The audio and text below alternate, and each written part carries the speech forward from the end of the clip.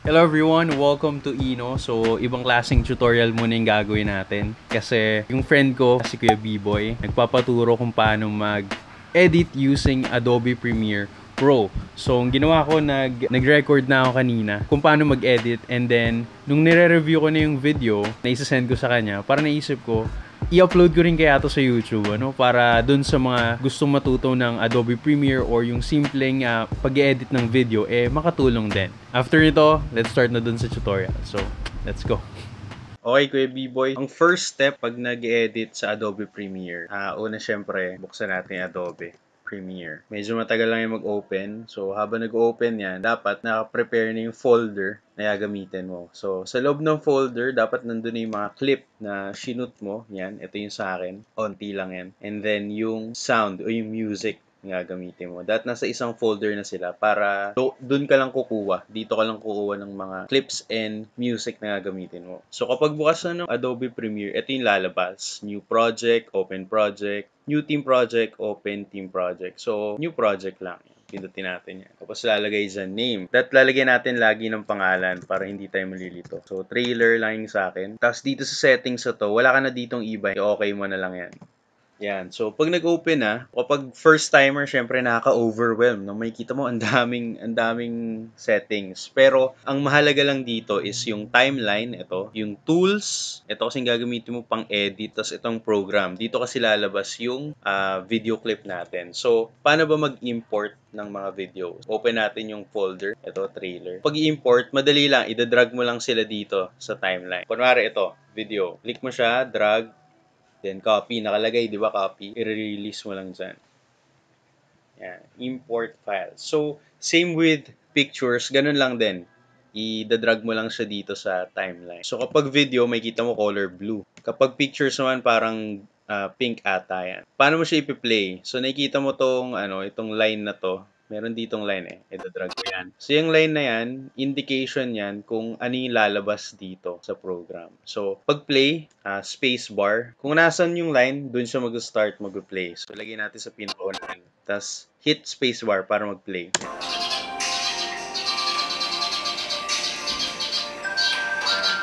Okay, spacebar din pag magpo-pause. Kung ano yung nadadaanan ng line, yun yung ipapakita niya dito. Yan, ganun na, balik natin. Gusto ko lagyan siya ng music para mas maganda naman. So, music na lagay ko ito, naka-prepare na yan. Ganun din, drag, click, drag, and then release. Yan, makikita mo naman dito kung ano yun. Ito yun yung green. Release. Yan. Pag plinay ko, meron ng music na kasama. Play natin.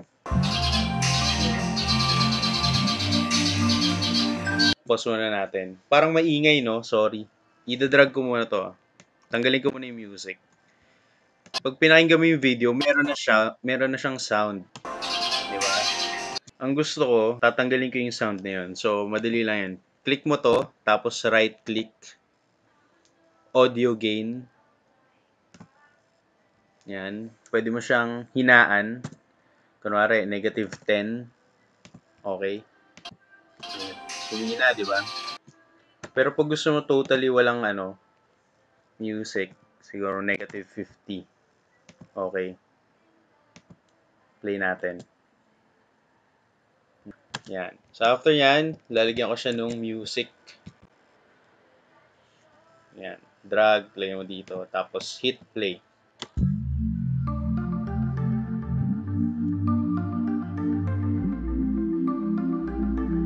Oh, ayos, di ba? So, dito sa clip na to, parang sobrang haba nung block. Tagal, di ba? So, para mapaikli yun, kailangan nating putulin itong clip na to. Putulan, gupitan. So, ang paggupit is, ito, razor tool. Pwede mo itong pindutin dito. Yan, makikita mo iba na yung cursor. O kaya naman, pwede mo siyang i-shortcut key. C. Tingnan natin yung cursor, C. Ayun. So, pwede na siya pang cut. So, para mabalik siya sa pang select, ito naman, selection tool, o kaya V. So, hanapin ko muna, i-scroll ko muna tong linya kung hanggang saan yung gusto ko magsimula. Gusto ko dito lang. So, selection tool, palta mo ng razor, C. O kaya pindutin mo doon. Click mo lang dito kung saan yung puputulin. click. Yan, hati na siya sa dalawa. Selection tool, P, pindutin mo to. Yan. Pag naka-highlight, yun yung selected. Tapos, delete mo siya. Pwedeng delete key or backspace. Deleted. So, pag play mo siya, wala siyang laman. So, para magkalaman yan, idadrag mo lang tong video na to. Yan. Tapos, play na natin.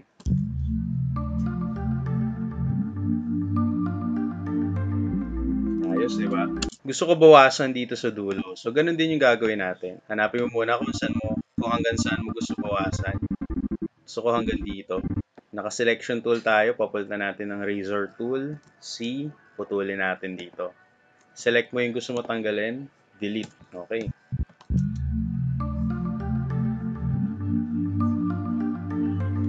Feeling ko masyado pang mahaba. So, dito tanggalin. Ganun ulit. C. Click. Select mo yung gusto mo tanggalin. Delete. So, gusto ko na siyang dagdagan kasi isa lang, di ba? Ang pagdadagdag, ganun lang din. Punta ka sa folder, pindutin mo yung gusto mong clip na idagdag. So, sa akin, ang gusto ko idagdag ay ito. So, idadrag mo lang siya dyan. Tapos, para magduktong siya, drag mo lang din. Tapos, hit space. Ayan natin. Pansin mo, merong background music. Ganun lang din gagawin mo. Right click, audio gain, -50. Yan. Gusto ko siyang i-sakto sa beat. So, ang gagawin ko, i-zoom in ko para makita ko yung yung waveform ng sound. So, ang pag-zoom in is plus sign. Yan, plus sign. Pakinggan ko lang. Dito siya nagpalit. Dito pala.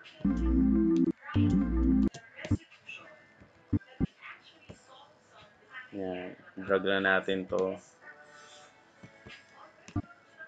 Pakinggan nga natin.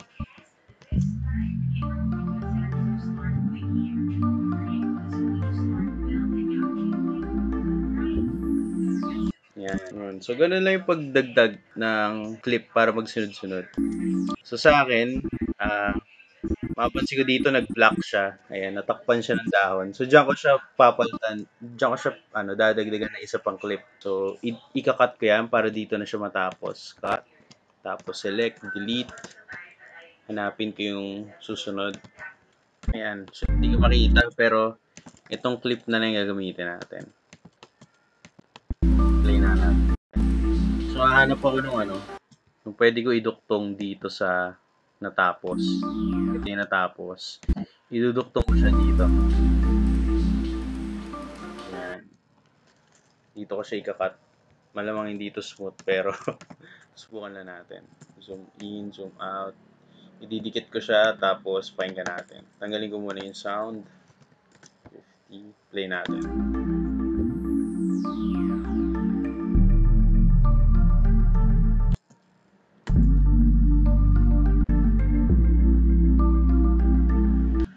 Yun. Hindi siya smooth, pero ayan. Mali pala ako ng gawa. Mali ako ng shoot pero okay lang yan.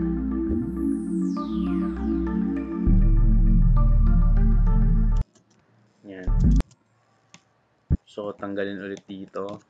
Lagyan ng ibang clip. Iba ulit din to.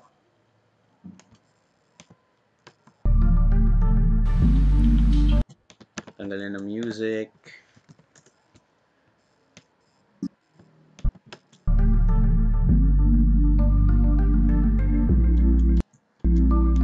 Hanap ng magandang angle. Gusto ko dito siya magsimula.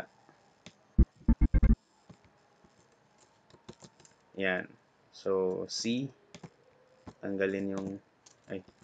So, kung kunwari may nakat ka, yan. Mali ka ng cut. Control Z mo lang para i-undo. Yan. Tapos, tanggalin mo to. Drag mo pabalik. And then, yan. Try natin panoorin. Ayan.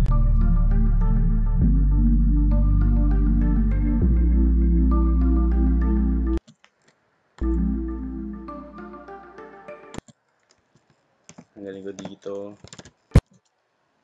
Gusto ko siya matapos dito na Yun. Gusto ko doon matapos.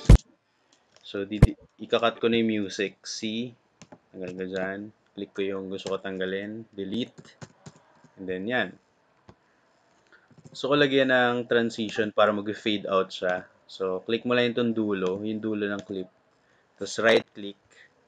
Apply default transition. Yan. So, yan. So, ganun lang. Ayan yung transition. So, kunwari, gusto mo maglagyan ng transition din dito bago magpalit ng video. Ito yung isang video, ito yung susunod na video. Gusto mo lagyan ng transition. Click mo lang tong hati. Tapos right-click, apply default transition. Ito, panoorin natin. Diba? So, try natin lagyan ng ganun lahat.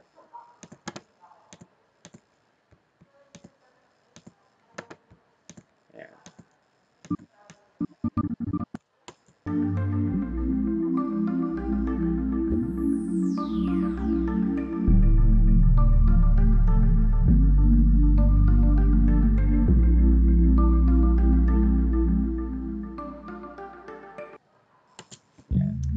Parang off dito sa dulo. Lagyan ko rin ng transition yung music para nag-fade out siya.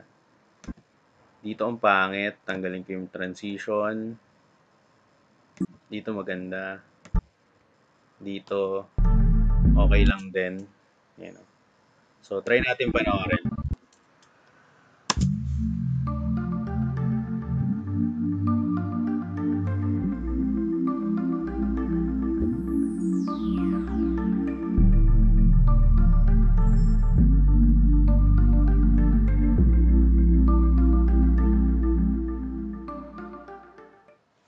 Ayos.